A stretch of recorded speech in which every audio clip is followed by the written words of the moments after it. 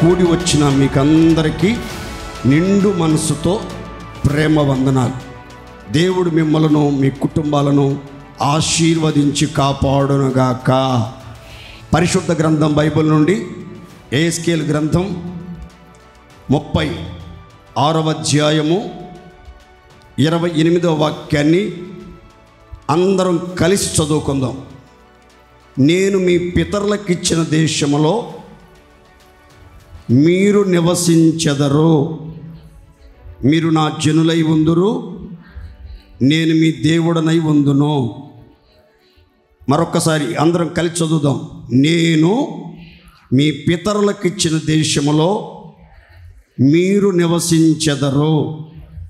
ఈ వాక్య వాగ్దానం మనందరి జీవితాల్లో ప్రభు నెరవేర్చునుగాక. సర్వాధికారి అయినటువంటి దేవుడు వర్తమాన భూత భవిష్యత్ కాలములలో ప్రభువును దేవుడైనటువంటి యేసుక్రీస్తు వారు చెప్తున్నటువంటి చక్కని మాట, నేను మీ పితరులకిచ్చిన దేశంలో మీరు నివసించెదరు, మీరు నాకు జనులుగా ఉంటారు, నేను మీకు దేవుడనై ఉంటాను. పితరులకిచ్చిన దేశం ఎలాంటిది, ఆ దేశములో నివసించే ప్రజలకు దేవుడు చేసే కార్యాలు ఎలా ఉంటాయి అనే సంగతులు మీతో చెప్తాను, జాగ్రత్తగా ఆలకించండి. పితరుడైనటువంటి అబ్రహాముతో ప్రమాణం చేశాడు, నీ సంతతి వారికి నేను పాలు తేనెలు ప్రవహించే దేశాన్ని స్వాస్థ్యంగా ఇస్తాను. అది సర్వ సమృద్ధి కలిగిన దేశం, విశాలమైన మంచి దేశం, సంపూర్ణ సౌందర్యం కలిగిన దేశం, సకల దేశములకు ఆభరణమై ఆనంద నగరిగా పిలువబడుతున్న దేశం. అక్కడ కరువు అనుకొనకుండా నిత్యము ఆహారం తిని పోషించబడే మంచి మహిమ గల దేశం. ఆ దేశంలో ఎటు చూచిన నీటి వాగులు, పారే ఓటలు కనబడతాయి. శ్రేష్టమైన గోధుమలు, ఒలివల తోటలు, ద్రాక్షల తోటలు, దానిమ్మల తోటలు కనబడతాయి. అది ఒలివల నూనె, తేనె కలిగినటువంటి సంపన్నమైనటువంటి దేశం, సర్వ సంపదలతో నిండిన దేశం, దేవుడు లక్ష్యపెట్టిన దేశం, ఏ కొరత లేని దేశం, అందరికీ ఆశీర్వాదాలను పంచిపెట్టే దేశం, ఏ లోపము లేని మంచి దేశం, అందరినీ తృప్తిపరిచే దేశం.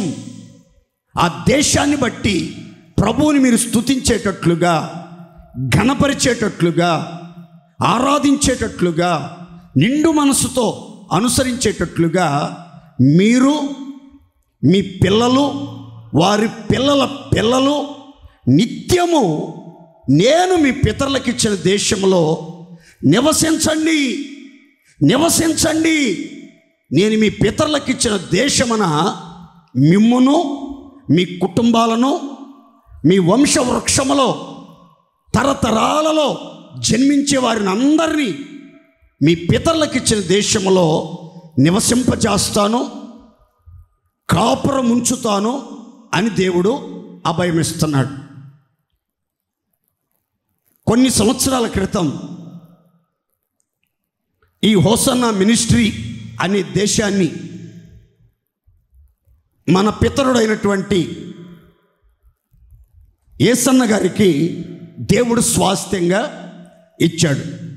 భారతావనిలో అనేక రాష్ట్రాలలో హోసన్నా మినిస్ట్రీస్ అనే సంస్థ, ఈ సంస్థకు సంబంధించిన ప్రార్థనా మందిరాలు, పరిచర్యలు జరుగుతున్నాయి. వీటన్నిటికీ మూల పితరుడు ఎవరు అనంటే దైవజనులు, మహిమలో చేర్చబడిన పరిశుద్ధులు యేసన్న గారు. యేసన్న గారికి దేవుడు స్వాస్థ్యముగా హోసన్న మినిస్ట్రీని ఇచ్చాడు. అనేక మంది సేవకులను ఇచ్చాడు. లక్షలాది మంది విశ్వాసులను ఇచ్చాడు. మనమంతా కూడా మన పితరుడైన యేసన్న గారికి దేవుడిచ్చిన స్వాస్థ్యం. ఇప్పుడు మనమంతా ఎక్కడున్నామంటే యేసన్న గారికి దేవుడిచ్చినటువంటి స్వాస్థ్యమైనటువంటి దేశములో, సంఘములో, సహవాసములో ఉన్నాం. ఈ దేశం చాలా సారవంతమైన దేశం, కొన్ని కట్టుబాట్లతో కూడిన దేశం, మర్యాద కలిగినటువంటి దేశం. ఇదొక రాజనగరం, ఇదొక మహిమగల ఆలయం, ఇదొక పరిశుద్ధ ప్రాంగణం. ఈ దేశములో మీరు నివసిస్తే, ఈ సహవాసములో మీరు నివసిస్తే, ఈ దేశం యొక్క సారమంతా మీరు అనుభవిస్తూ, ఆనందిస్తూ, ఆశీర్వాదకరంగా నడిపించబడితే, ఈ దేశంలో నివసించే భక్తులు, ప్రజలు, ఆత్మీయులు, పరిశుద్ధులు ఎలా ఉంటారు? నేటి సందేశం, నేను మీ పితరులకిచ్చిన దేశములో మీరు నివసిస్తారు. మీరు నిజంగా నిత్యము పితరుల దేశములో, ఈ సహవాసములో నివసించినట్లయితే, నిలిచి ఉన్నట్లయితే, ఈ సహవాసంతో అంటు కట్టబడినట్లయితే మీ జీవితంలో దేవుడు చేసే కార్యాలు ఎలా ఉంటాయి? మన పితరులకి దేవుడిచ్చిన దేశములో ఆ తర్వాత వచ్చిన జనులు నివసించినప్పుడు వాళ్ళ జీవితాల్లో ఎలాంటి కార్యాలు దేవుడు చేశాడో, అలాగే దేవుడు మన పితరులకు ఇచ్చిన ఈ దేశంలో దేవుడు మన పట్ల అలాంటి మహిమ గల మహోన్నతమైన కార్యాలు జరిగించునుగాక.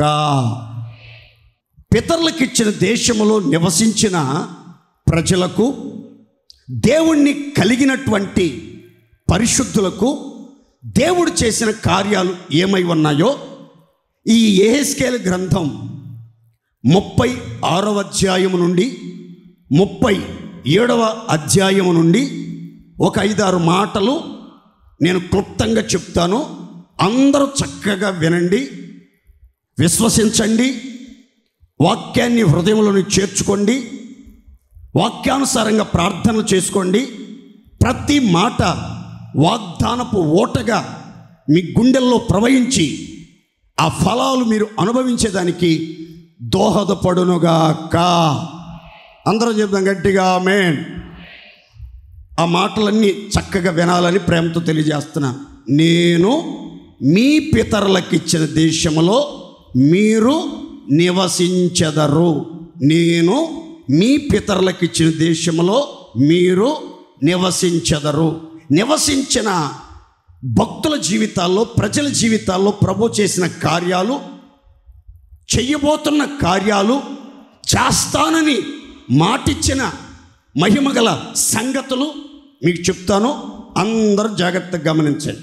యెహెజ్కేలు గ్రంథం 36, 29, 30 వచనాలు చదువుతున్నారు, గమనించండి.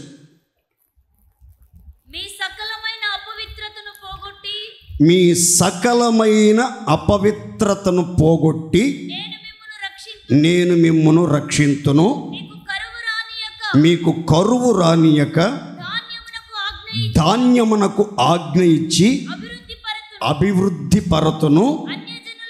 అన్యజనులలో కరువును గూర్చిన నింద మీరెక్క నొందక యుండునట్లు చెట్ల ఫలములను, భూమి పంటను నేను విస్తరింపజేసేదను. చప్పట్లు కొట్టి దేవుడు మహిమపరచండి.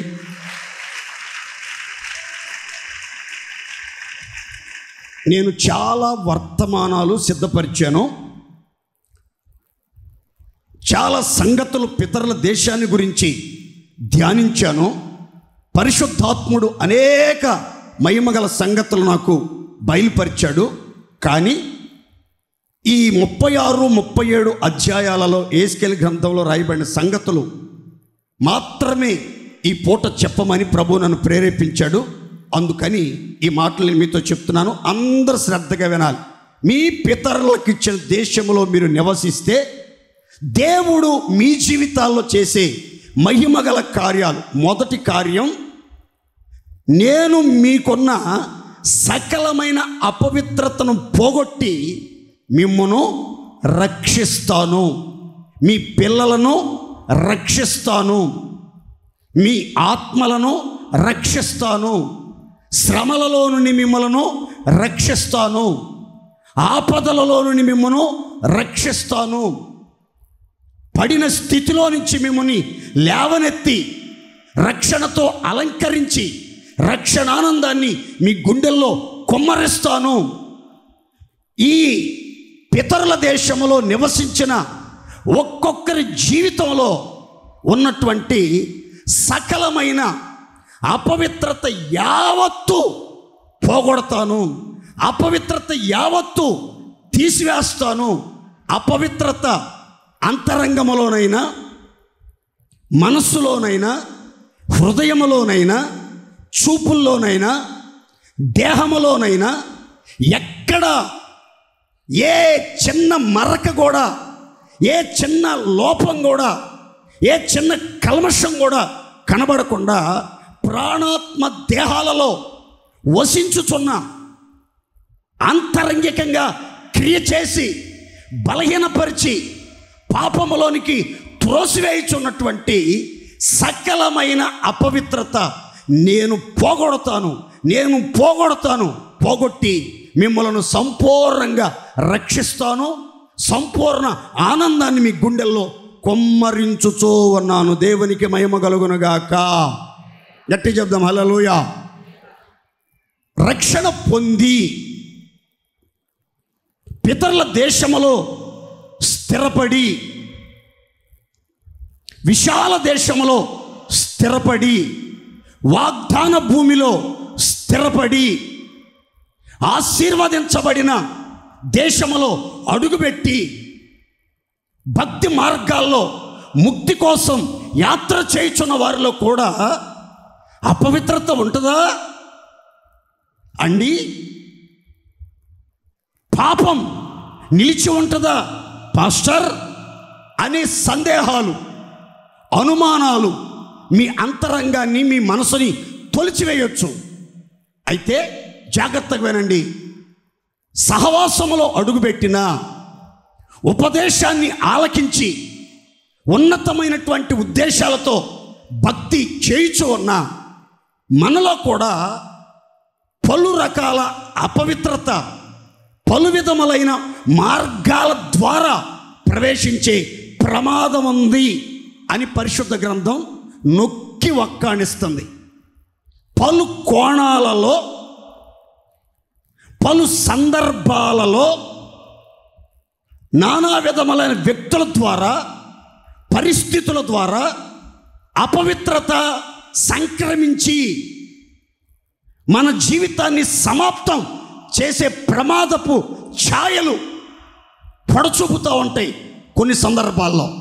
అయితే దేవుడు ఈ పూట మనతో చెప్తున్నాడు, నేను మీ పితరులకు ఇచ్చిన దేశంలో నా మాట చొప్పున మీరు వచ్చి నివసిస్తున్నారు, మీరు వచ్చి నిలిచి ఉన్నారు, నన్ను దేవుడని నోరారా పిలిచి ఆరాధన చేస్తూ నా ప్రజగా, నా పేరు పెట్టబడిన జనులుగా జీవిస్తున్నారు కనుక నేను చేసే మొదటి ప్రక్రియ మీకు కలిగిన సకలమైన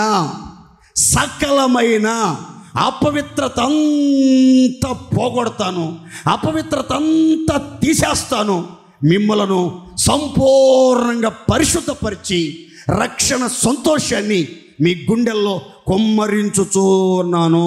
దేవునికి మహిమ కలుగునుగాక. హల్లెలూయా. ఇంతకీ ఈ మొదటి మాటలో నేను మీతో చెప్పాలనుకున్న సంగతులు ఏంటంటే, ఒక సేవకుడికైనా, ఒక విశ్వాసికైనా, అనుభవం కలిగిన ఆత్మీయులకైనా అపవిత్రత ఎలా సంక్రమిస్తుంది, అపవిత్రత ఎలా కలుగుతుంది, అపవిత్రత ఎలా ప్రవేశిస్తుంది అనే సంగతులు మనం ఆలోచించాలి. ఈ అపవిత్రతలో నుంచి దేవుడు ఎలా విడిపిస్తాడు అనేది మనం కంక్లూషన్లో, ముగింపులో మనం నేర్చుకుంటాం. అపవిత్రతకు కారణాలు ఏమై ఉన్నాయి, ఏ రీతిగా అపవిత్రత కలుగుతున్నా, అపవిత్రత అనేది యవనస్తుల్లో కలగొచ్చు, పెండ్లైన పెద్దల్లో కలగొచ్చు, కుటుంబ సభ్యుల్లో కలగొచ్చు, భర్తను కోల్పోయిన విధవరాలకి కలగొచ్చు, భార్యను కోల్పోయిన వ్యక్తికి కలగొచ్చు, వృద్ధాప్యములో కాటికి కాళ్ళు చాపే వయసులో కూడా మనస్సులో మలినం, హృదయములో అపవిత్రత, దేహములో పాపపు మరకలు కనబడవచ్చు. అయితే ఈ అపవిత్రత ఎలా వస్తుందో కొంచెం తెలుసుకున్నాం అనుకోండి, మనం లేఖనాల ఆధారంతో ఆ కోణాలలో, ఆ ద్వారాలలో, ఆ మార్గాలలో అపవిత్రత రాకుండా కొంచెం బ్రేకులు ఇవ్వచ్చు. మనం ఆ ద్వారాలు మూసేసామంటే ఆ ద్వారం గుండా రావాల్సిన వస్తున్న అపవిత్రత అంతటితో ఆగిపోద్ది. మన జీవితం మహిమకరంగా, దీవెనకరంగా మార్చబడుతుంది. దేవునికి మహిమ కలుగునుగాక.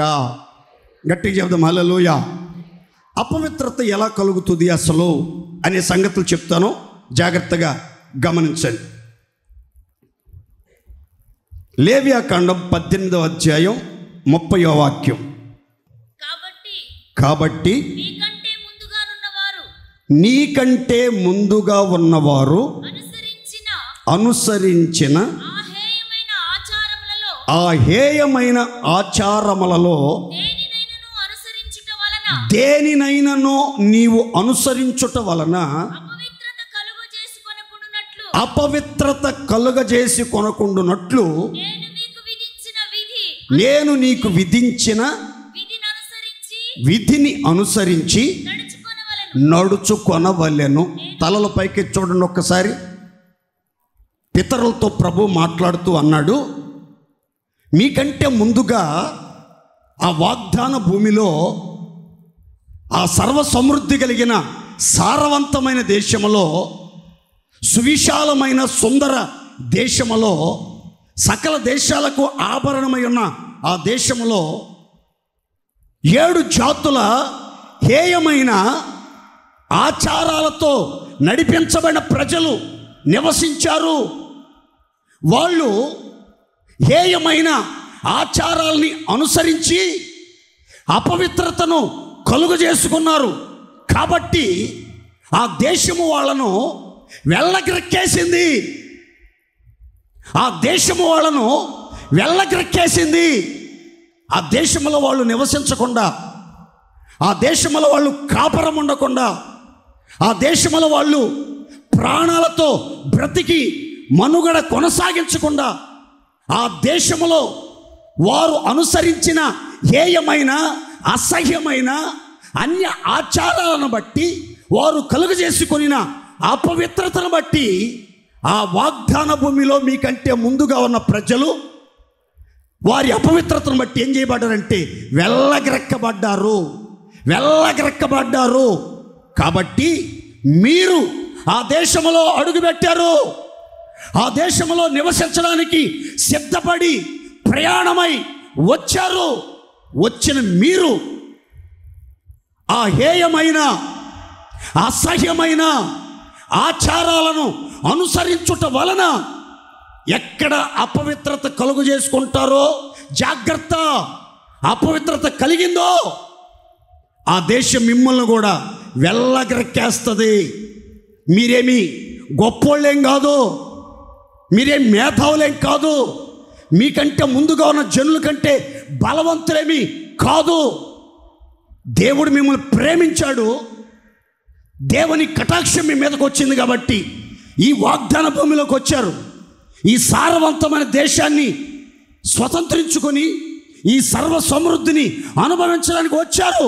వచ్చిన మీరు అన్య ఆచారాలను అనుసరించుట వలన అపవిత్రత కలుగు చేసుకోకుండా ఉండేటట్లు నేను నియమించిన విధిని కట్టడలను అనుసరించి జాగరూకులై ప్రవర్తిస్తే మీ జీవితం పవిత్రంగా ఉంటుంది. మీరు ఆ దేశంలో ఆశీర్వాదకరంగా ఆ సమృద్ధిని అనుభవిస్తూ సంతోషించెదరుగాక.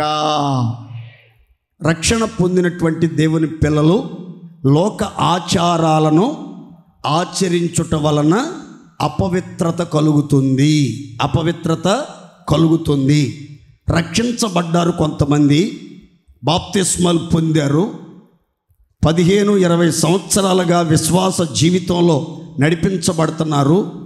పరిశుద్ధులు, అభిషిక్తులు చెప్పిన ఎన్నో ఉన్నత ఉపదేశాలు ఆలకించారు, ఆనందించారు. కానీ అన్య ఆచారాలు మాత్రం విడిచిపెడతలేదు. కొంతమంది అన్య ఆచారాలు మాత్రం విడిచిపెడతలేదు. నామకార్థ ఆచారాలు మాత్రం విడిచిపెడతలేదు. ఆకాశంలో ఉరుములు ఉరిమితే పెద్ద పెద్ద కేకలేస్తారు. నెలపొద్దు వచ్చినప్పుడు వాళ్ళ కూతురునో కొడుకునో బంగారాన్నో చూసుకుని మురిసిపోతారు. కరెంటు పోయి కరెంటు వస్తే మరలా ముద్దాడతారు చేతుల్ని. వర్షాలు సీజనల్గా పడకపోతే కప్పలకు పెళ్ళిళ్ళు చేస్తారు, గాడిదలకు పెళ్ళిళ్ళు చేస్తారు. పెళ్ళిళ్ళు చేసేటప్పుడు పెళ్లి కార్డులకి పసుపు రాస్తారు, కొత్త బట్టలకి పసుపు రాస్తారు. పెళ్లి కొడుకుని చేసేటప్పుడు మరలా నలుగేస్తున్నారు, మరలా అన్య ఆచారాల వైపే మొగ్గు చూపుతున్నారు. ఇంకా మా బంధువులు రక్షణ పొందలేదండి అని చెప్పుకుంటూ వస్తున్నారు. భర్త చనిపోయాడు అనుకోండి, ఆమె గాజులు పగలగొట్టి ఆమె పుస్తి తాళ్ళు తెంచేసి ఆ తెల్లని బట్టలు కట్టేసి, నువ్వు పొద్దున్నే లేచి మాకు కనబడకూడదు, కొంచెం లేటుగా బయటికి దర్శనం ఇవ్వాలి నువ్వు అని చెప్పే మాయదారి మనుషుల మధ్యలో మనం ఇంకా నివాసం చేస్తున్నాం. చదువు పెరిగింది, టెక్నాలజీ పెరిగింది, కానీ మనుషుల యొక్క మనస్తత్వం మారట్లేదు. ఇంకా కులతత్వం, ఇంకా మత మౌఢ్యం మనుషులలో చెలరేగిపోతుంది. మానవత్వం మంట కలిసి ఉగ్రవాదం ఊరేగుతూ వస్తుంది. ఇంకా కులం అని కూడులేక చస్తున్నారు ప్రజలు. నా మాటనండి, రక్షణ పొందిన తర్వాత కులాచారాలు మనం ఆచరించకూడదు, మతాచారాలు మనం ఆచరించకూడదు. లోక సంబంధమైన ఆచారాల ప్రకారం, లోక మర్యాదలను అనుసరించి మనం ప్రవర్తించకూడదు. మనకంటూ కొన్ని చట్టాలు, కొన్ని ఆచారాలు, కొన్ని నియమ నిబంధనలు దేవుడు నియమించాడు, వాటి ప్రకారం నడవాలి. కానీ అన్య ఆచారాల ప్రకారం నడిస్తే మనకు అపవిత్రత కలుగుతుంది అని పరిశుద్ధ గ్రంథం చాలా స్పష్టంగా తెలియజేస్తుంది. దేవునికి మహిమ కలుగును గాక. అందరు చెప్పండి గట్టిగా హల్లెలూయా. పండుకునేటప్పుడు ఎటు తల పెట్టాలి, ఎటు కాళ్ళు పెట్టాలి. చచ్చిన తర్వాత సమాధి చేసేటప్పుడు ఎటు తల పెట్టాలి, ఎటు కాళ్ళు పెట్టాలి. ఎక్కడ దీపాన్ని వెలిగించి తల దగ్గర పెట్టాలా, కాళ్ళ దగ్గర పెట్టాలా. చచ్చిన తర్వాత సమాధి చేసి వచ్చిన తర్వాత అట్టాగే వెళ్ళిపోకూడదంట. మరలా డెడ్ బాడీని ఎక్కడి నుంచి తీసుకొచ్చారో ఆ ఇంట్లో ఒక దీపం పెడతారట. ఆ దీపాన్ని అట్లా తొంగి చూసి ఆ తర్వాత దండం పెట్టుకుని వెళ్ళాలట. ఎక్కడ గాచారం ఇది? ఎక్కడి నుంచి వచ్చిన దరిద్రపు ఛాయలు? దేవుని నమ్మిన బిడ్డలు చాలా జాగ్రత్తగా ఉండాలి, చాలా నిష్ఠగా ఉండాలి. ఒక్కసారి విగ్రహారాధన వద్దు, జీవమగల దేవుణ్ణి ఆచరించాలి, అనుసరించాలని అడుగుపెట్టిన తర్వాత మరల విగ్రహాల జోలికి పోకూడదు, విగ్రహ పూజలు చేయకూడదు, విగ్రహాలకి దండం పెట్టకూడదు, ఆ పండగలను ఆచరించకూడదు, ఆ పానకం తాగకూడదు, ఆ పెసరపప్పు తినకూడదు, ఆ ప్రసాదాలు కళ్ళకద్దుకొని తినకూడదు. కర్మకాండలకు వెళ్ళినా మీ మీ లిమిట్లో మీరుండి రావాలి. వాళ్ళని ఆదరించి, బలపరిచి, ధైర్యపరిచి, సహాయం చేసి రావాలే కానీ అన్య ఆచారాల ప్రకారం కర్మకాండల కార్యక్రమాలలో మీరు పాలుపొప్పులు పొందకూడదు. ఏమండి, కుటుంబ సభ్యులంతా అతను చనిపోయాడు కనుక అందరూ గుండు కొట్టించుకోవాలంటే గుండు కొట్టించుకోకూడదు. ఈ మధ్య హైదరాబాద్లో ఒక గుండు బాస్ వెలిసాడు. గుండు బాస్ వెలిసి అంటున్నాడు, నేను గుండు కొట్టించుకున్నానని మీరు గుండు కొట్టించుకున్నారంటే కొట్టేస్తా. ఏమనుకున్నారు? కొట్టేస్తా మిమ్మల్ని. నేను గుండు కొట్టించుకోవటం వెనక ఒక దేవుని ఉన్నతమైన ప్రణాళిక ఉంది అంటున్నాడు. గుండు కొట్టించుకోవటంలో ప్రణాళికలు ఏముండవు. ఏదో ఎంట్రుకలు రాలిపోతున్నాయి అని చెప్పు, గుండు కొట్టించుకుంటే మంచిది, ప్రశాంతంగా ఉంటుందని చెప్పు.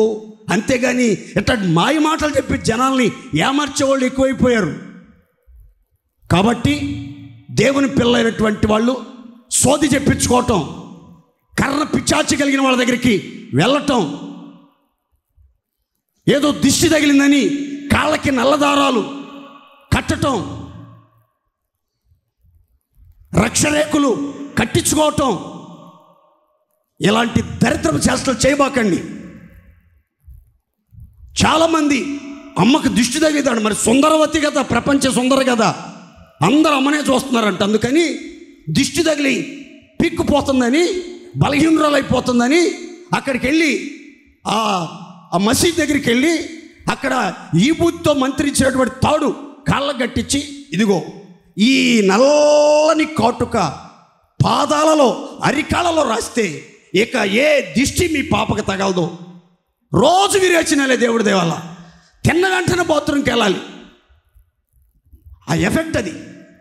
పెళ్లి కొడుకుని చేశారు, అంత అలంకరణ అంతా బాగుంది, ఏదో తక్కువైంది.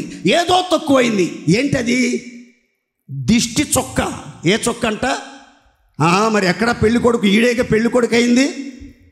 ఈ ఆచారాల జోలికి పోవద్దు, ఈ ఆచారాలకు దూరంగా ఉండండి. వీటి వలన మీకు తెలియకుండానే మీ జీవితంలోనికి అపవిత్రత ప్రవేశిస్తుంది అని పరిశుద్ధ గ్రంథం చెప్తుంది. మరొక మాట కూడా చదువుతాం. ఇందులో అపవిత్రత ఎలా కలుగుతుంది? ఎహెజ్కేలు గ్రంథం 24:13. నీకు కలిగిన అపవిత్రత నీ కామాతురతయే, నిన్ను శుభ్రపరచుటకు నేను పూనుకొనినను, నీవు శుభ్రపడకపోతివి. నా క్రోధమును తీర్చుకొని వరకు నువ్వు శుభ్రపడక ఉండు. తలలపైకి చూడండి. దేవుడు హృదయ వేదనతో, సృష్టికర్త అయిన దేవుడు హృదయ వేదనతో, కన్నీళ్లతో తన ప్రజలతో మాట్లాడుతూ ఈ రీతిగా చెప్తున్నాడు. నీకు కలిగిన అపవిత్రత, నీకు సంక్రమించిన పాపం, దోషమంతా నీ కామాతురత, నీ కామం, నీ కామ కోరికలే. నేను నిన్ను చాలాసార్లు పరిశుద్ధపరచాలని, కామాతురత్వంలో నుంచి విడిపించాలని, నీ మనసును మార్చాలని, నీ శరీర కోరికలో నుంచి విడిపించాలని చాలాసార్లు నేను పూనుకున్నాను, చాలాసార్లు ప్రయత్నించాను, చాలాసార్లు సేవకుల ద్వారా హెచ్చరింపజేశాను, దర్శనాల ద్వారా నీతో మాట్లాడాను, కలలలో ప్రత్యక్షమై నీతో మాట్లాడాను, స్వరము ద్వారా మాట్లాడాను. కానీ నువ్వు శుభ్రపడటానికి ఇష్టపడలేదు, నువ్వు శుభ్రపడటానికి అంగీకరించలేదు అని దేవుడు బాధతో చెప్పినటువంటి మాటను ఇక్కడ మనం గమనిస్తాం. ప్రియులారా, ఎంతోమంది యవ్వనస్తులు కానివ్వండి, వివాహం చేసుకుని పిల్లలను కని వాళ్ళు పెద్దయిన తర్వాత కానివ్వండి, వృద్ధాప్య దశలో ఉన్నవాళ్ళు కానివ్వండి, శరీరముతో వాళ్ళ కామ కోరికలు తీర్చుకోకపోవచ్చు, కానీ చూపులతో, మాటలతో, గుటకలు మింగుతా తమ కామ కోరికలను తీర్చుకునే ప్రయత్నంలో ఉన్నారు. అనేక మందికి యేసు ప్రభు నమ్మిన, మందిరానికి వచ్చిన, భక్తి చేస్తున్న, రక్షణ పొందిన, ఎంతో విశ్వాసంతో దేవుని మార్గాల్లో నడిపించబడుతున్న కామాతురత వలన అపవిత్రత అనేది ఆవరించేస్తుంది. ఆ అపవిత్రత అనేది ఒక మురికిలాగా, ఒక మలినంలాగా కమ్మేస్తుంది. ఒక డ్రైనేజ్లోనికి, ఒక మురికి కాలువలోనికి దిగితే మన దేహమంతా ఎలా నల్లగా అయిపోద్దో అలా కామాతురతను బట్టి మన ప్రాణాత్మ దేహాలు నల్లగా మారిపోతున్నాయి, పాపాంధకారంతో కప్పబడిపోతా ఉన్నాయి. అందుకని దేవుని వాక్యంలో దైవజనుడు పౌలు చెప్తాడు, మీ అవయవాలలో ఉన్నటువంటి అపవిత్రతను, జారత్వమును, విగ్రహారాధనైనటువంటి లోపత్వాన్ని చంపండి. మీకు దేవుడు అవకాశం ఇచ్చినప్పుడే మీ అవయవాలలో పోరాడుతున్న జారత్వాన్ని చంపు, కామాతురతను చంపు, అపవిత్రతని చంపు. నువ్వు చంపలేదనుకో, అవి నిన్ను చంపేస్తాయి. జాగ్రత్త. దేవుని బిడ్డ రక్షణ పొందానని సంతోషించొద్దు. నీ అవయవాలలో పోరాడుతున్న కామాతురత్వాన్ని చంపు, జారత్వాన్ని చంపు, వ్యభిచారపు మనసుని చంపు, అపవిత్రత అంతటిని చంపేయి. చంపకపోతే అవి నీ మీద పెత్తనం చేసి నిన్ను లోబర్చుకుని నీ ఆత్మను నిత్య జీవానికి పోకుండా చంపి నరకానికి ఈడ్చుకుపోతాయి.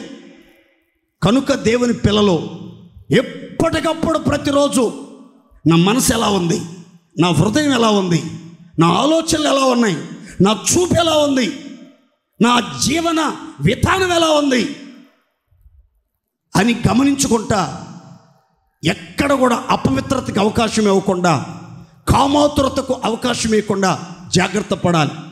యోధా తన పత్రికలో రాస్తూ ఈ రీతిగా అంటాడు, కొందరు ప్రభువుని విసర్జించిన భక్తిహీనులు రహస్యంగా జ్వరబడ్డారు. పితరులకు ఇచ్చిన దేశంలో సంఘ సహవాసములకు జ్వరబడ్డారు. వాళ్ళు దేవుని కృపను కామాతురతకు దుర్వినియోగం చేస్తున్నారు. దేవుని కృపను ఎలా చేస్తున్నారంటండి?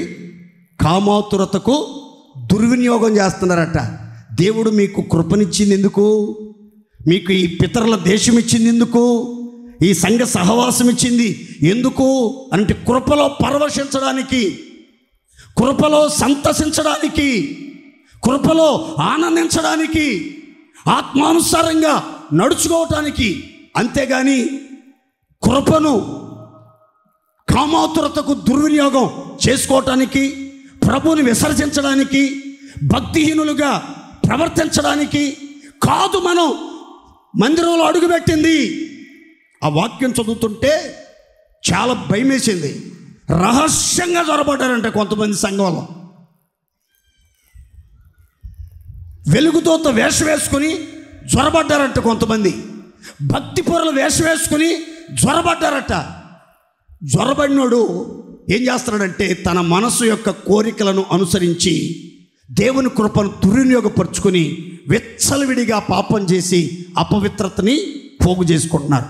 కనుక యవ్వనేచ్ఛలు విడిచిపెట్టండి, కామాతురతను చంపేయండి, అపవిత్రతను కడిగేసుకోండి, పవిత్రంగా బ్రతకటానికి ప్రయత్నించండి. ప్రభు మిమ్మలను పితరుల దేశంలో స్థిరపరిచి దీవెనకరమైన మార్గాల్లో నడిపించునుగాక. గట్టిగా చెప్దామా ఆమేన్. ఈ యొక్క అపవిత్రత వచ్చే దారులు ఏవి, అపవిత్రత వచ్చే మార్గాలేంటి? ఒక్క మాట చదువుకుందాం. యోధా పత్రిక 8వ వచనం, ఒకే అధ్యాయం ఉంటుంది. 8వ వచనం, అటువలెనే వీరును కలలు కనుచు శరీరమును అపవిత్రపరుచుకొనుచు ప్రభుత్వమును నడిపింపును నిరాకరించుచు మహాత్ములను అనగా ప్రభు యొక్క మహిమలను దూషించుచూ ఉన్నారు. తలల పైకి చూడండి. అపవిత్రత దేవుని పిల్లలకు ఎలా సంక్రమిస్తుంది? అపవిత్రతలో ఒక దేవుని బిడ్డ ఎలా పడిపోతున్నాడు, అపవిత్రతకి ఎలా గురవుతున్నాడు అంటే మూడవ మార్గం, మూడవ ద్వారం చెప్తున్నాను, జాగ్రత్తగా వినండి. వీరు కలలు కనుచు తమ శరీరమును అపవిత్ర పరుచుకొనుచు ఉన్నారు. వీళ్ళు ప్రభుత్వాన్ని, చట్టాలను, నియమించిన నియమ నిబంధనలను మీరి మహాత్ములను, పరిశుద్ధులను, దేవుని చేత నియమించబడిన వారిని దూషించుచు, వేధించుచు, బాధించుచు వాళ్ళ ఇష్టానుసారంగా వాళ్ళు ప్రవర్తిస్తున్నారు అనే మాట అక్కడ రాయబడింది. అపవిత్రత ఒక వ్యక్తికి ఎలా వచ్చింది అని అంటే మూడో మాట గుర్తుపెట్టుకోండి, కలల ద్వారా. చెప్పండి, కొంచెం గట్టిగా చెప్పాలి అందరం. కలల ద్వారా. మీరు పండుకునేటప్పుడు రాత్రి చివరిగా సెల్ ఫోన్లో ఏ అపవిత్రమైన దృశ్యాలైతే చూశారో, ఏ బూతు బొమ్మలైతే చూశారో, ఏ అశ్లీల సాహిత్యం అయితే చదివి ఆనందించి నవ్వుకొని జొల్లు కార్చుకొని పండుకున్నారో, ఎవరినో ఊహించుకొని, ఎవరిని గురించో ఆలోచించుకొని పండుకున్నారో, ఆ కలలో కూడా వాళ్ళతో కలిసినట్లుగా, వాళ్ళు మీకు సమీపంగా వచ్చినట్లుగా, మీ కోరిక తీరినట్లుగా అలాంటి కలలు వస్తాయి. కలలో మీరు అపవిత్రపరచబడతారు, మీ శరీరం మలినపరచబడుతుంది, మీ అంగి దాగుపడే ప్రమాదం ఉందని బైబిల్ గ్రంథం చెప్తుంది. అంటే దేవుని పిల్లలలో ఎంత పవిత్రంగా ఉండాలంటే కలలో కూడా దేవుని పిల్లలు పవిత్రమైన కలలే కనాలి, కానీ అపవిత్రమైన కలలకు అవకాశం ఇవ్వకూడదు. దేవునికి స్తోత్రం చెప్పండి గట్టిగా. కలలు కూడా ఎలాంటివి రావాలంటే మనకి పరలోక సంబంధమైనటువంటి కలలే రావాలి. హనోకు వలె ప్రభుతో నడిచినట్లుగా, నోవహు వలె ప్రభుతో నడిచినట్లుగా, దావీదు వలె దేవునికి ఇష్టానుసారంగా జీవించినట్లుగా, మరియ వలె యేసయ్య పాదాలు పట్టుకుని ఆయన బోధ వింటూ ఉన్నట్లుగా, పరలోక రాజ్యములోనికి మనం వెళ్ళి బంగారు వీధుల్లో ప్రభుతో కూడా తిరుగుతున్నట్లుగా, జీవవృక్ష ఫలాలు భుజిస్తున్నట్లుగా, ఇలాంటి మహిమగల కలలు కనాలి. కానీ పాపిష్టి కలలు, అపవిత్రమైన కలలు, అసహ్యమైన కలలు, ఎవరికైనా చెప్పుకోవటానికి కూడా సిగ్గు కలిగే కలలు మనం కనకూడదు. కొంతమంది కలలు చెప్తుంటే మళ్ళీ వాళ్ళు కన్న కలలు కంఠం కాకుండా మళ్ళీ పాస్టర్ల దగ్గరికి వచ్చి ఏదిస్తూ ఉంటారు. పాస్టర్ గారండి, నేను పడుకుంటేనండి రాత్రి ఒక దున్నపోతు మీద ఒక వ్యక్తి కూర్చున్నాడండి, ఒక పాసి వేశాడండి, బిడ్డ రమ్ము, నీ సమయం సంపూర్ణమైనది అన్నాడండి. భయంగా ఉందండి, అప్పటి నుంచి గుండెదడ పెరిగిపోయిందండి అని. ఇంకొక ఆమె వచ్చి కాటేరు నన్ను తరుముతా ఉందండి, అది కట్లపామో తెలియదు, నాగుపామో తెలియదు, వానపామో తెలియదు, కానీ అది నన్ను తరుముతా ఉందండి, తరుముతో నేను పారిపోతున్నాను. ఒకటిగా తరమటం మొదలైంది, నేను పరిగెత్తా ఉంటే 2, 3, 4, 5 రోడ్డంతా పాములేనండి. ఒక్కొక్క పాముకండి 7 తలలు ఉన్నాయండి, 7 తలలు ఉన్నాయండి. ఆ పాముకండి కాళ్ళు కూడా ఉన్నాయండి. వేగంగా నడుస్తున్నాయండి. ఎక్కడికి వెళ్తే అక్కడికి వచ్చేస్తున్నాయండి. నేను చిక్కిపోతానేమో, దొరికిపోతానేమో అని భయం వేసిందండి. ఈ లోపు మెలకు వచ్చేసిందండి. అమ్మో, మెలకు రాకపోతే అవి నన్ను కరిసేసేయండి, నన్ను కరిసేసేయండి, నేను చచ్చిపోయేదానండి, ఆ టెన్షన్ తట్టుకోలేక అని కొంతమంది చెప్తూ ఉంటారు. కొంతమందినేమో పోలీసులు దొరుకుతున్నట్లుగా కలలు వస్తూ ఉంటాయి. కొంతమందినేమో హంతకులు కత్తులు కటారులు తీసుకుని, గన్ తీసుకుని కాల్చేస్తా అంట తిరుగుతూ ఉంటారంట. ఏం కలలు రా, దరిద్రపు కలలు అసలు. కొంతమంది ఏమో వాళ్ళు ఇంట్లో మంచి ఇల్లు కట్టుకుని అందరూ భోజనం చేస్తుంటే ఒక సుడిగాలు వచ్చి వాళ్ళ ఇంటి మీదకి వచ్చినట్టు, ఒక పిడుగు వాళ్ళ ఇంటి సెంటర్లో పడి వాళ్ళంతా పిడుగు దెబ్బకి కాలి బూడిదైపోయినట్లు ఈ కళ్ళగనేది.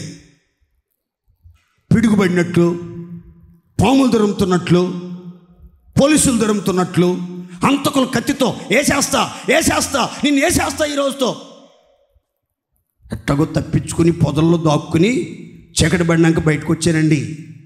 ఏం దరిద్రపు కళలు, ఎట్లా మలుచుకుంటున్నావు వాటిని. అసలు కళల ద్వారా ఒక వ్యక్తి మనస్సు మలినమైపోతుంది, ఒక వ్యక్తి శరీరం అపవిత్రపరచబడుతుంది, హృదయం అంధకారంతో ఆవరించబడుతుంది. కనుక ఈ అపవిత్రత కలిగినటువంటి వాళ్ళు నడిపింపుని, హెచ్చరికలను, గద్దింపులను తృణీకరిస్తారు, వాక్యానికి లోబడరు, వాక్యానుసారంగా జీవించడానికి జీవితాన్ని దిద్దుకోరు, పరిశుద్ధపరచుకోరు.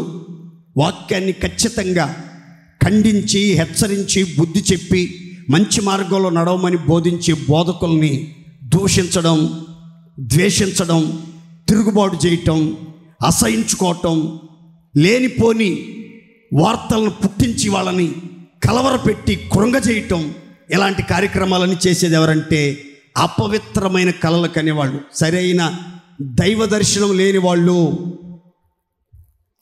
ఆత్మ సంబంధమైన కళలు కనని వాళ్ళే ఇలాంటి అపవిత్రతలోకి వెళ్ళిపోతారు. మరి పవిత్రత ఎలా కలుగుతుంది?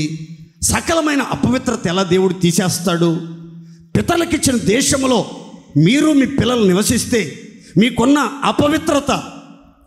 అపవిత్రత అన్య ఆచారాలను ఆచరించడం వలన కలిగిన అపవిత్రతను కానివ్వండి, కామాతురత వలన వచ్చిన అపవిత్రతను కానివ్వండి, కలల కరుణ ద్వారా కలిగిన శరీర సంబంధమైన అపవిత్రతను కానివ్వండి, ఎలా తీసేస్తాడు? అపవిత్రత అంతా తీసేసి మనల్ని ఎలా పరిశుద్ధపరుస్తాడు అని అంటే ఈ అధ్యాయంలో రాయబడిన చక్కని మాట మీకు చెప్తాను, జాగ్రత్తగా రండి.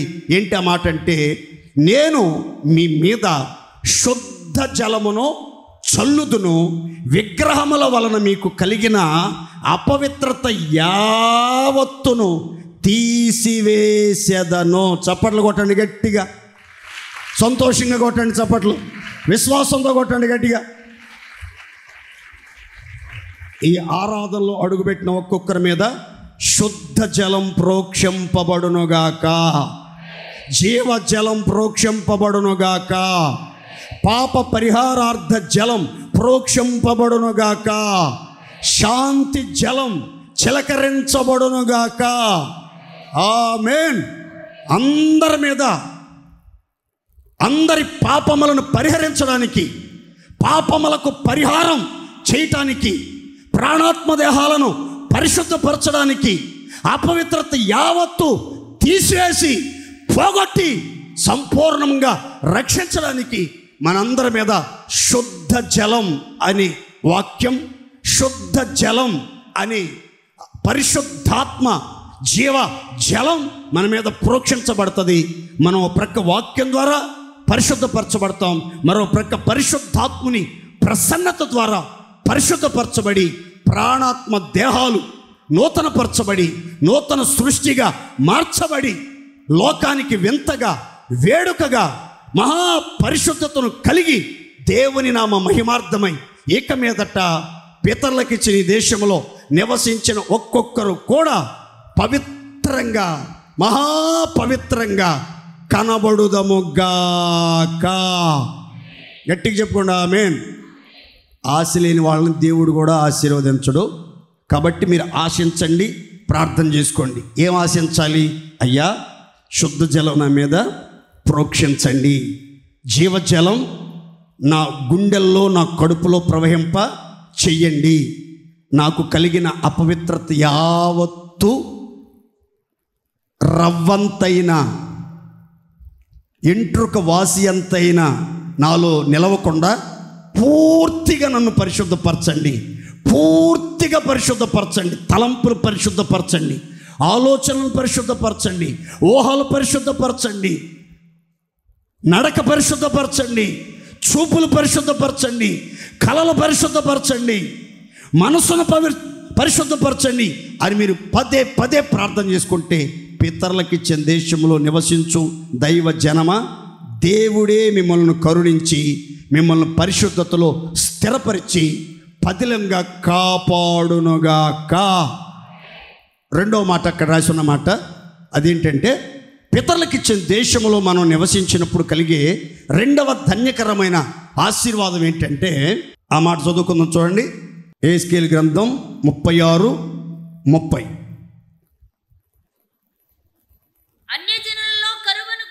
అన్యజనులలో కరువును గూర్చిన నింద మీరిక నొందకుండునట్లు చెట్ల ఫలములను భూమి పంటను నేను విస్తరింపజేస్తాను. చప్పట్లు కొట్టి దేవుడు మహిమపరచండి గట్టిగా. నేను మీకు కరువు రానియక ధాన్యమునకు ఆజ్ఞ ఇచ్చి అభివృద్ధి చేస్తాను. అన్యజనులలో, నామకార్థ క్రైస్తవ జనులలో మీరిక కరువును గూర్చిన నింద, అవమానం భరించకుండానట్లుగా, పొందకుండానట్లుగా చెట్ల ఫలాలు, భూమి పంట నేను విస్తరింపజేస్తాను. మీ చెట్లు విస్తారంగా పండుతాయి, మీ భూమి విస్తారంగా పండుతుంది, మీ వ్యాపారాలు విస్తారంగా అభివృద్ధి చెందుతాయి, మీ జీవనోపాధి దీవెనకరంగా ఉంటుంది, మీరు తలపెట్టిన పనులన్నీ సఫలమవుతాయి. మీరు వాహనాలు నడుపుతున్నా, చేతి పనులే చేస్తున్నా, ఉద్యోగాలే చేస్తున్నా, వ్యాపారాలే చేస్తున్నా, కూలి పనులకే వెళ్తున్నా, వ్యవసాయం పనులే చేస్తున్నా, అన్నిటిలో విస్తారమైన ఫలం మీరు చూసేటట్లుగా, అభివృద్ధి కలిగేటట్లుగా, అసలు కరువు అనేది మీ కుటుంబంలోనికి, మీ జీవితంలోనికి రానియకుండా అభివృద్ధి పరుస్తాను, విస్తరణ కలిగిస్తాను.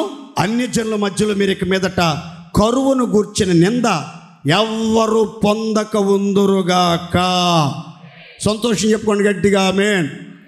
చాలామంది జీవితాల్లో కరువు విలయతాండం ఆడుతుంది. కరువు కోరల్లో చిక్కుకొని విలవెల్లాడిపోతున్నారు. కరువు చేత నశించిపోతున్నారు. కరువు చేత కుటుంబాలు పాడైపోతున్నాయి. కరువు చేత క్షీణించిపోతున్నారు. చాలా కుటుంబాల్లో సమాధానం కరువు, ఐక్యత కరువు, ఆహారం కరువు, వస్త్రాలు కరువు, వస్తువులు కరువు, ఇళ్ళు వాకిళ్ళు కరువు, భయంకరమైన కరువు కోరల్లో చిక్కుకున్నారు. సమృద్ధి నోచుకోలేని దౌర్భాగ్య స్థితి.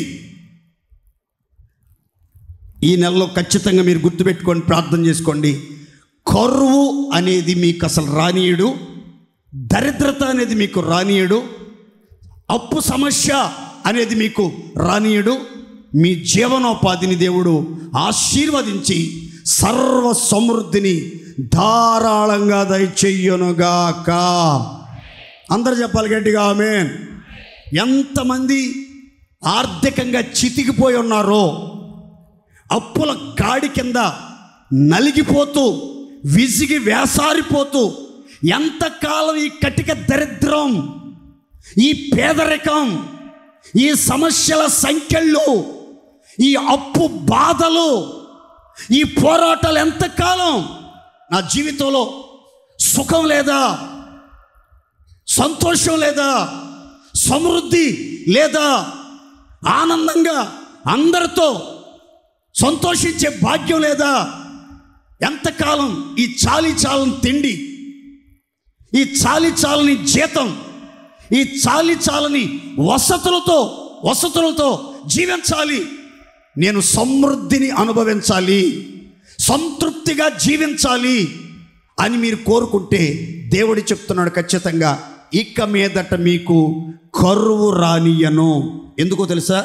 మీరు సర్వ సమృద్ధి గల దేశంలో నివసిస్తున్నారు, సారవంతమైన దేశంలో నివసిస్తున్నారు, సకల దేశాలకి ఆభరణమైన దేశంలో నివసిస్తున్నారు, విశాలమైన మంచి దేశంలో నివసిస్తున్నారు, వాగ్దాన భూమిలో నివసిస్తున్నారు. కనుక మీలో ఏ ఒక్కరికి ఇక మీదట కరువు లేదు, కరువు రాదు, కరువును గురించిన నింద మీ మీద పడకుండా దేవుడు కాపాడి సమృద్ధినిచ్చి అభివృద్ధిపరిచి విస్తరింపజేసి గొప్ప కార్యాలు జరిగిస్తాడు. అప్పు సమస్యలన్నిటిలోంచి ఒక్కొక్కరికి విడుదల కలుగునుగాక. గట్టిగా చెప్పుకోండి హల్లెలూయా. ఆ దేశంలో భీకరమైన కరువు వచ్చింది. ప్రజలు చాలా ఇబ్బంది పడుతున్నారు. రాజుగారు కూడా రాజవస్త్రాలకు బదులుగా గోనిపట్ట కట్టుకుని గోడ మీద తిరుగుతూ ఉన్నాడు. అలాంటి పరిస్థితుల్లో దేవుడు ఒక అద్భుతం చేసి ఆకాశపు కిటికీలు తెరిచాడండి. ఆకాశపు వాకిళ్ళు తెరిచాడు. రాత్రికి రాత్రి సమృద్ధి కుమ్మరించబడింది. దరిద్రం అంతా తీరిపోయింది. కరువంతా తొలగిపోయింది. ప్రజలంతా తృప్తిగా తిని హర్షధ్వనులతో దేవుణ్ణి మహింపరచడం మొదలుపెట్టారు. దేవునికి స్తోత్ర. నేను మనస్ఫూర్తిగా కోరుకుంటూ మిమ్మల్ని ఆశీర్వదిస్తున్నాను. ఈ నెల మొదలుకొని మీ జీవితంలో ఉన్న దరిద్రత, పేదరికం యేసు నామములో నిర్మూలపరచబడునుగాక. సమృద్ధి ప్రతి కుటుంబములో కుమ్మరించబడునుగాక. దేవుడు మీ నిధులన్నింటినీ నింపునుగాక. క్రీస్తు యేసునందు మహిమలో మీ అవసరాలన్నీ తీర్చబడునుగాక. ఏ కొదువ లేకుండా సమృద్ధిని మీరు అనుభవించి ఆనందించుదురుగాక. విశ్వాసంతో చెప్పండి గట్టిగా ఆమేన్. మీరు ఆమేన్ చెప్పటం కాదు, మీరు ఇంటికి వెళ్ళిన తర్వాత కూడా ప్రతిరోజు ప్రార్థన చేసుకోవాలి. ఏమని? అయ్యా, పితరుల దేశంలో నివసించిన మాకు కరువు రానియను అని మాటిచ్చావు. కరువును గుర్చిన నింద మీ మీద పడనియను అని మాటిచ్చావు. మేమున్న ప్రాంతాల్లో అందరూ అన్యజనులేనయ్యా.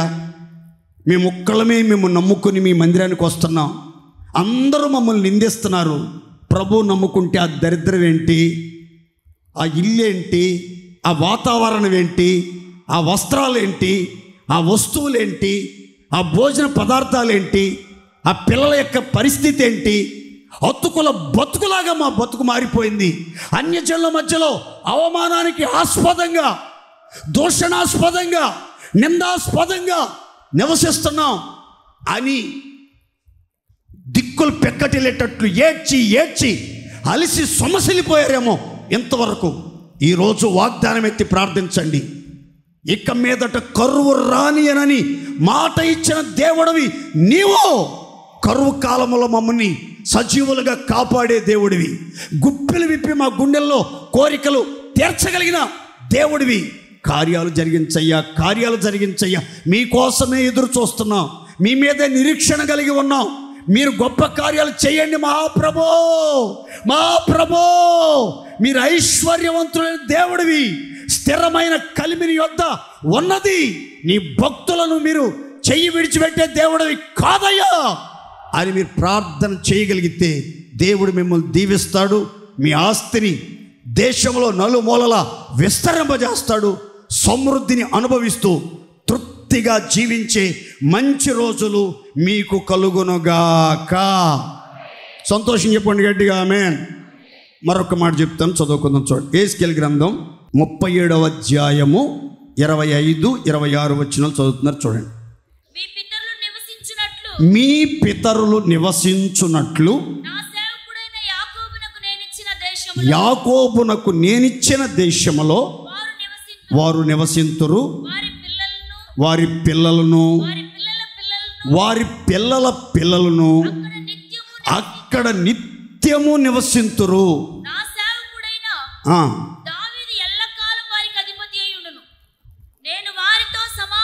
నేను వారితో సమాధానార్థమైన నిబంధన చేసేదను. అది నాకును వారికి నిత్య నిబంధనగా ఉండునుగాక. అందరు చెప్పండి గట్టిగా ఆమేన్. పితరులకు నివసించేటట్లుగా నేనిచ్చిన దేశంలో పితరులు నివసించుటకు నిత్య నివాస స్థలముగా నేనిచ్చిన దేశంలో యాకోబు సంతతి వారైనటువంటి మీరు, మీ పిల్లలు, వారి పిల్లల పిల్లలు నిత్యము పితరులకు ఇచ్చిన దేశంలో నివసిస్తారు. నాకు చాలా బాగా నచ్చిన మాట, మీరందరూ చక్కగా వినాలి, మీ మనసులో పెట్టుకుని ప్రార్థన చేసుకోవాలి. మీరు మాత్రమే కాదు పితరులకు ఇచ్చిన దేశంలో నివసించడం, మీ పిల్లలు కూడా ఈ దేశంలో నివసించాలి. మీ పిల్లలకు పుట్టిన పిల్లలు కూడా నిత్యము శాశ్వత కాలం తరతరాలలో ఈ పితరుల దేశంలో నివసించేటట్లు వారికి నేర్పించాలి, వారిని బలపరచాలి, వారిని నడిపించాలి, ఆ దిశగా వాళ్ళని ప్రేరేపించాలి. ఎందుకంటే ఇది పితరులకి దేవుడిచ్చిన దేశం. ఈ దేశంలో మీరు నివసించి, మీ పిల్లలు నివసించి, మీ పిల్లల పిల్లలు నివసించాలని దేవుడు కోరుతూ ఉన్నాడు. అయితే ఎవరైతే తరాలు మారినా దేవుని యొక్క దేశంలో పితరులకు ఇచ్చిన స్వాస్థ్యంలో ఎవరైతే నివసిస్తారో వాళ్ళకి దేవుడిస్తున్న అభయం, ఒక శుభవాగ్దానం ఏంటంటే, ఆ పితరులకు ఇచ్చిన దేశంలో నిత్యము నివసించే ప్రజలతో నేను నా సమాధానార్థమైన నిబంధన చేయుచు ఉన్నాను. అది నాకును వారికి మధ్య నిత్య నిబంధనగా, శాశ్వత నిబంధనగా, పరిశుద్ధ నిబంధనగా, భంగము కాచాలని నిబంధనగా నిలిచి ఉండునుగాక. సంతోషం చెప్పుకోండి గట్టిగా హల్లెలూయా. పితరుల దేశంలో నివసించే వారికి మూడవ వాగ్దానం, మూడవ దేవుడిచ్చే మాట మీరు గుర్తుపెట్టుకోండి. మీతో దేవుడు ఇది మొదలుకొని సమాధానార్థమైన నిబంధన చేయునుగాక.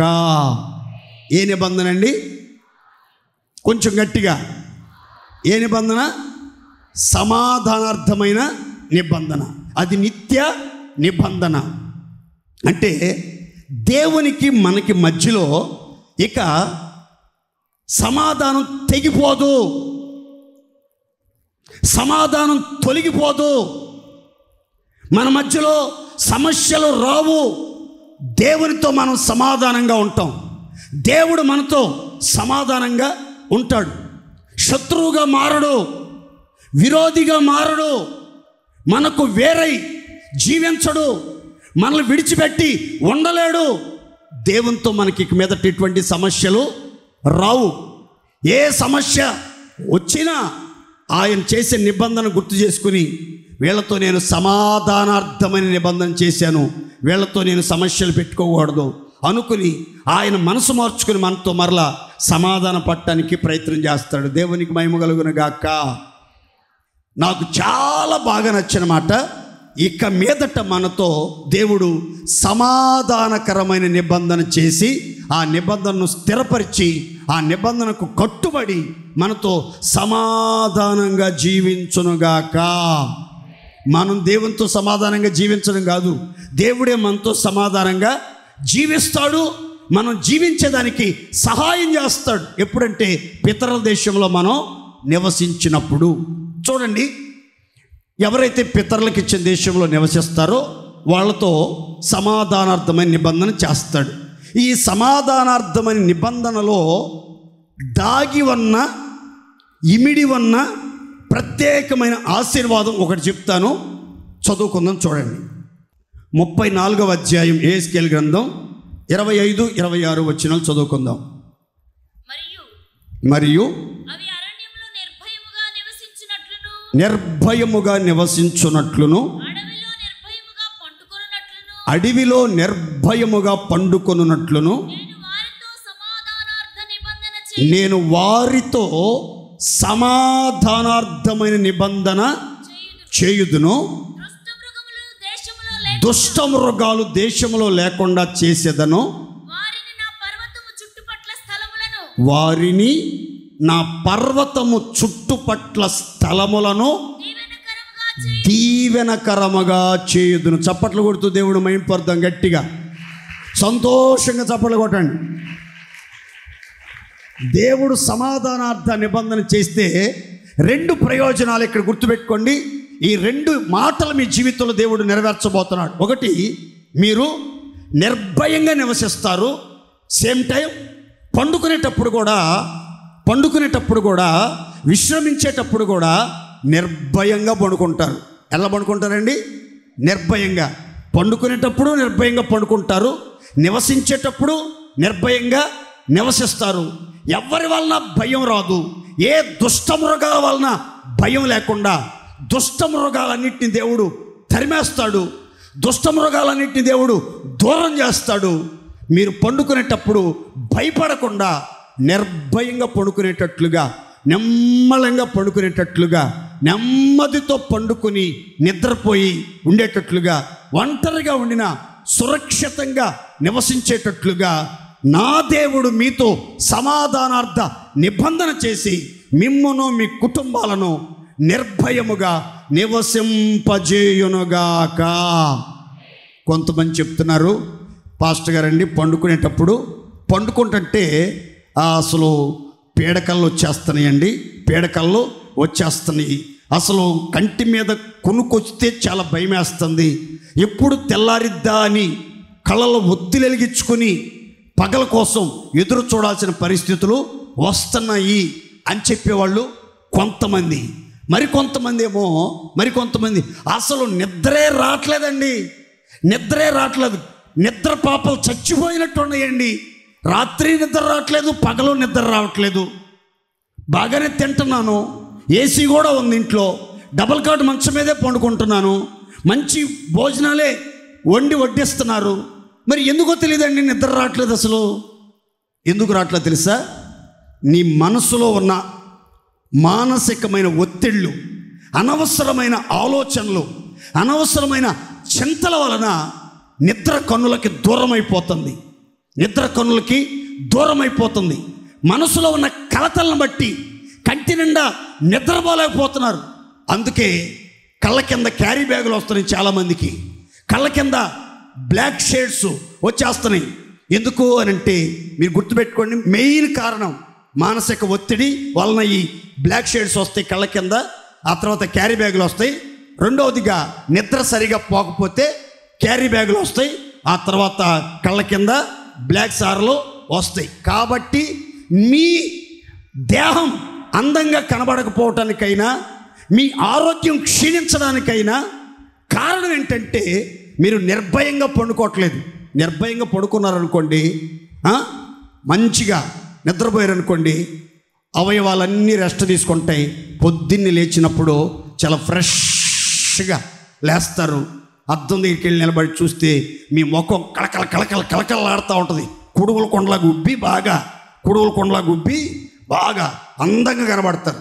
అందుకే ఫోటోషూట్ పెట్టేవాళ్ళు కూడా ఏం చేస్తారో తెలుసా? ఏమండి, మీరు భోజనం చేసి మధ్యాహ్నం ఒక 2 గంటలు మంచిగా నిద్రపోండి, సాయంకాలం 4-4:30కి ఫోటోలు తీస్తే సూపర్ వస్తాయని అంటారు.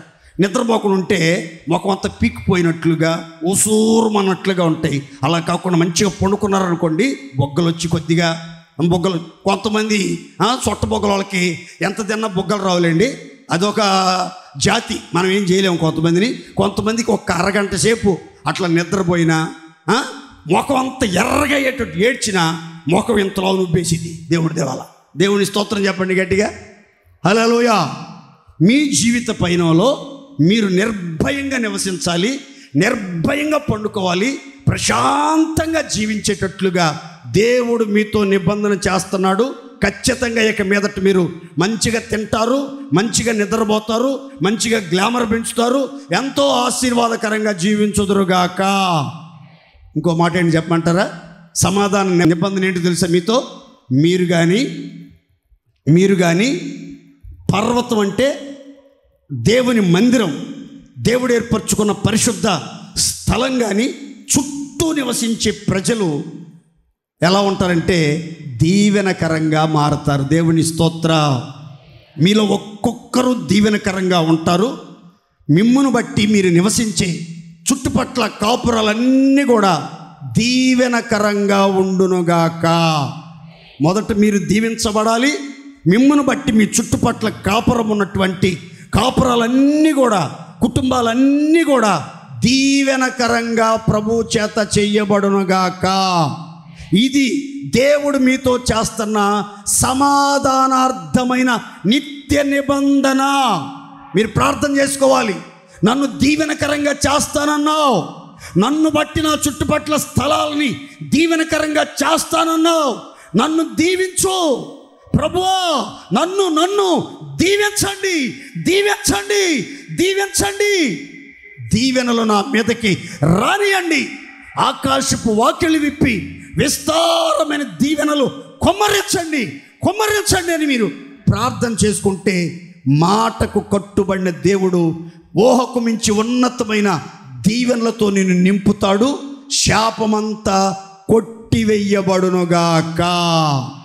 మీ చుట్టుపట్ల కాపురస్తులు చెప్పాలి మీ దగ్గరికి వచ్చి, మేము మిమ్మును బట్టి దీవించబడ్డాం, మిమ్మును బట్టి సమాధానంగా ఉంటున్నాం, మిమ్మును బట్టి మా కుటుంబం కట్టబడింది, మిమ్మును బట్టి మేము సహనం నేర్చుకున్నాం, మిమ్మల్ని చూచి మేము చాలా పద్ధతులు మార్చుకున్నాం అని చెప్పాలి. ఎవరికి మనం అభ్యంతరంగా ఉండకూడదు, ఆటంకంగా ఉండకూడదు. అనేకులు దీవెన పొందటానికి మనం ఒక్కొక్కరము కారకులుగా మార్చబడుదముగాక. అందరు చెప్పండి గట్టిగా ఆమేన్. మరొక మాట చదువుకుందాం, చూడండి. యెహెజ్కేలు గ్రంథం 37వ అధ్యాయము 26వ వాక్యం. నేను వారితో సమాధానార్థమైన నిబంధన చేసేదను ఉండును. ఈ మాట అండర్లైన్ చేసుకోండి, ఈ మాట అండర్లైన్ చేసుకోండి. 4వ మాటగా, నేను పితరులకిచ్చిన దేశములో నివసించుచున్న వారిని, వారి పిల్లలను, వారి పిల్లల పిల్లలను నేను స్థిరపరచెదను. అందరు గట్టిగా నోరు తెరిచి ఆమేన్ చెప్పుకోండి గట్టిగా. అందరు చెప్పాలి గట్టిగా ఆమేన్.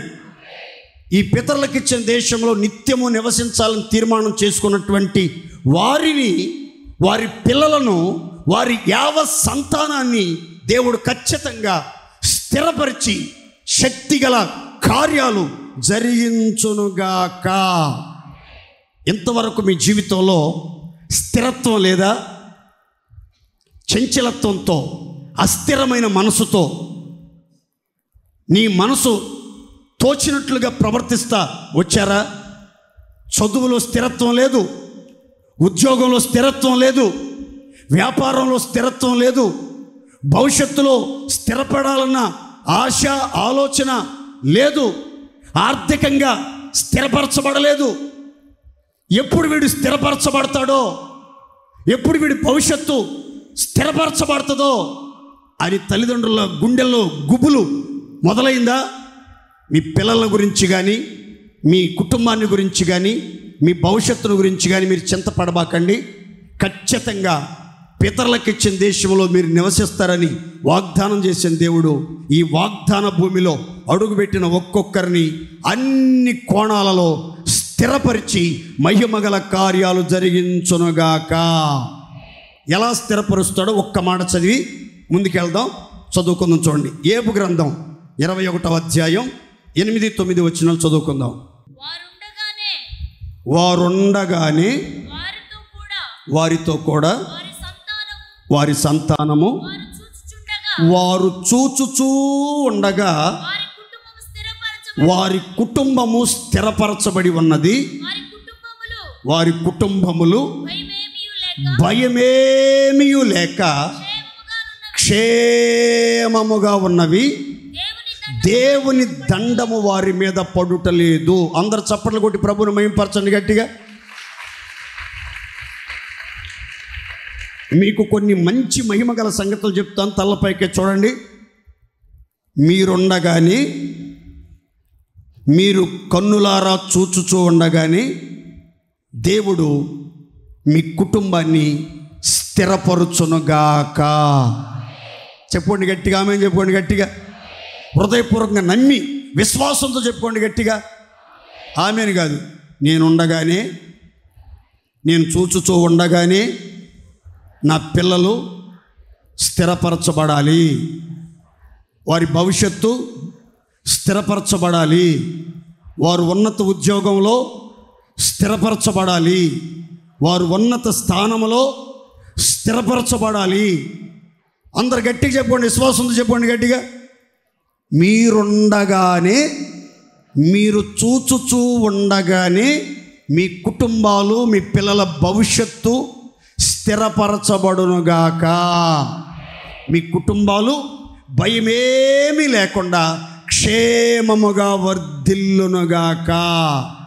మీ మీద కానీ, మీ కుటుంబం మీద కానీ, మీ పిల్లల మీద కానీ దేవుని యొక్క ఉగ్రత, దేవుని యొక్క దండన, దేవుని యొక్క శిక్ష రాకుండా దేవుడు కాపాడి శ్రేయస్సు కలిగి మీ దినములన్నీ గడిపేటట్లుగా దేవుడు మీ కుటుంబాలను స్థిరపరిచి, ఆశీర్వదించి, ధైర్యపరిచి, భయము లేక క్షేమముగా, సురక్షితంగా, ఆశీర్వాదకరంగా జీవిస్తూ అన్ని విషయాల్లో సర్వ సంపదలతో మీ భవిష్యత్తును కొనసాగించేటట్లుగా దైవ దీవెనలు మీ అందరి మీదకి దిగవచ్చునుగాక.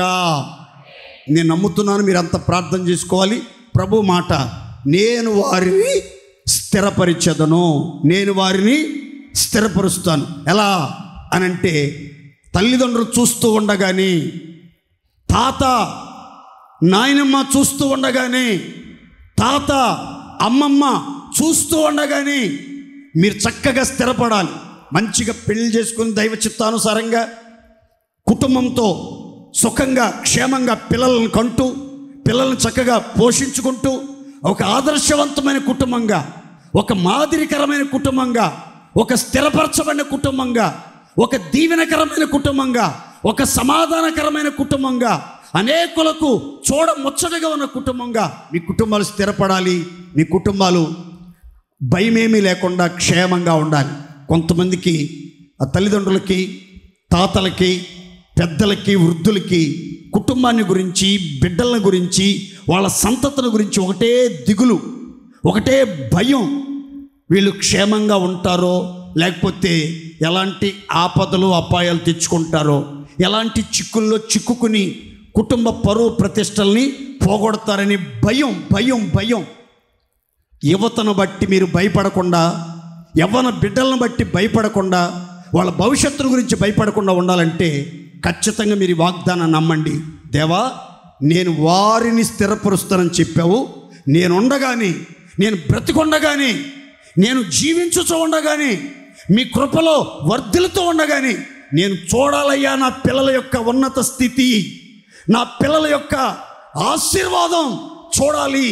వాళ్ళు ఘనపరచబడటం చూడాలి, వాళ్ళు హెచ్చించబడటం చూడాలి, వాళ్ళు ప్రశంసించబడటం చూడాలి అని మీరు ఆశించి ఆనందంతో ప్రార్థన చేయండి. ప్రభు ఈ వాగ్దానాన్ని అందరి జీవితాల్లో నెరవేర్చునుగాక. గట్టి చెప్పుకోండి ఆమేన్. చివరిగా మరొక మాట నేను చెప్పి ముగిస్తాను. ఆ మాట ఏంటంటే 37:27లో చివరి మాట. ఈ మాట గమనించండి, ఈ మాట నోట్ చేసుకోండి. నేను మీ పితరులకు ఇచ్చిన దేశంలో మీరు నివసించెదరు. ఇప్పుడు దాని కంటిన్యూ. నేను నా పరిశుద్ధ స్థలమును నిత్యము ఉంచెదను. అందరూ ఆమేన్ చెప్పండి ఒకసారి గట్టిగా. వారి మధ్య నా పరిశుద్ధ స్థలమును నిత్యము ఉంచెదను. ఈ మాట నేను చాలా ఆలోచించాను. ప్రభు చిత్తమైతే ఒక నెలలో వాగ్దాన సందేశాన్ని అందిస్తాను. ఇందులో ఒక చిన్న మాట మాత్రం నేను మీతో చెప్తాను. చూడండి, పితరులకు ఇచ్చిన దేశములో, వాగ్దాన భూమిలో, విశాల దేశములో, సర్వ సమృద్ధి కలిగిన దేశంలో ఎవరైతే నివసిస్తారో వారి మధ్యలోనట దేవుడు తన పరిశుద్ధ స్థలాన్ని నిత్యము ఉంచుతాడు. అందరూ ఒక్కసారి నోరు చెప్పండి ఆ మాట. పరిశుద్ధ స్థలాన్ని నిత్యము ఉంచుతాడు. పరిశుద్ధ స్థలాన్ని మన మధ్యలో నిత్యము ఉంచుతాడు అనే ఒక మంచి మాట అక్కడ రాయబడి, దేవుని పరిశుద్ధ స్థలం పితరులకు ఇచ్చిన దేశంలో నివసిస్తున్న వారి మధ్యలో నిత్యము ఉంచబడినప్పుడు ఆ పరిశుద్ధ స్థలములో నుంచి ఆ పితరులకు ఇచ్చిన దేశంలో నివసించే భక్తులకు కలిగే ఒకే ఒక్క ఆశీర్వాదం చదువుకుని ప్రార్థన చేసుకుందాం. చూడండి, 20వ కీర్తన 2వ శరణం.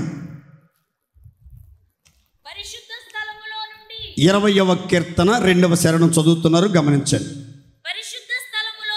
పరిశుద్ధ పరిశుద్ధ స్థలములో నుండి ఆయన నీకు సహాయము చేయునుగాక. అందరూ చెప్పుకోవాలి గట్టిగా ఆమేన్. వారి మధ్యలో నా పరిశుద్ధ స్థలమును నిత్యము ఉంచుతానని దేవుడు చెప్పాడు కదా. ఉంచిన దేవుడు ఏం చేస్తున్నాడు తెలుసా?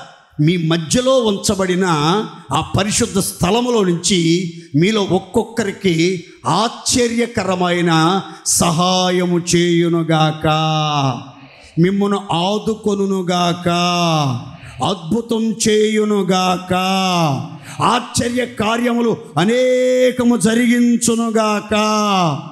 మీరు భయపడబాకండి. ఆయన మీ కుడి చేతిని పట్టుకుంటాడు, మీకు సహాయం చేస్తాడు. మీరు ఏ సహాయం కోరుకుంటున్నారో ఆ సహాయం ఖచ్చితంగా మీకు దయచేస్తాడు. ఆయన శోధించబడి శ్రమ పొందాడు గనక శోధించబడే వాళ్ళందరికీ ఖచ్చితంగా సహాయం చేయబోతున్నాడు.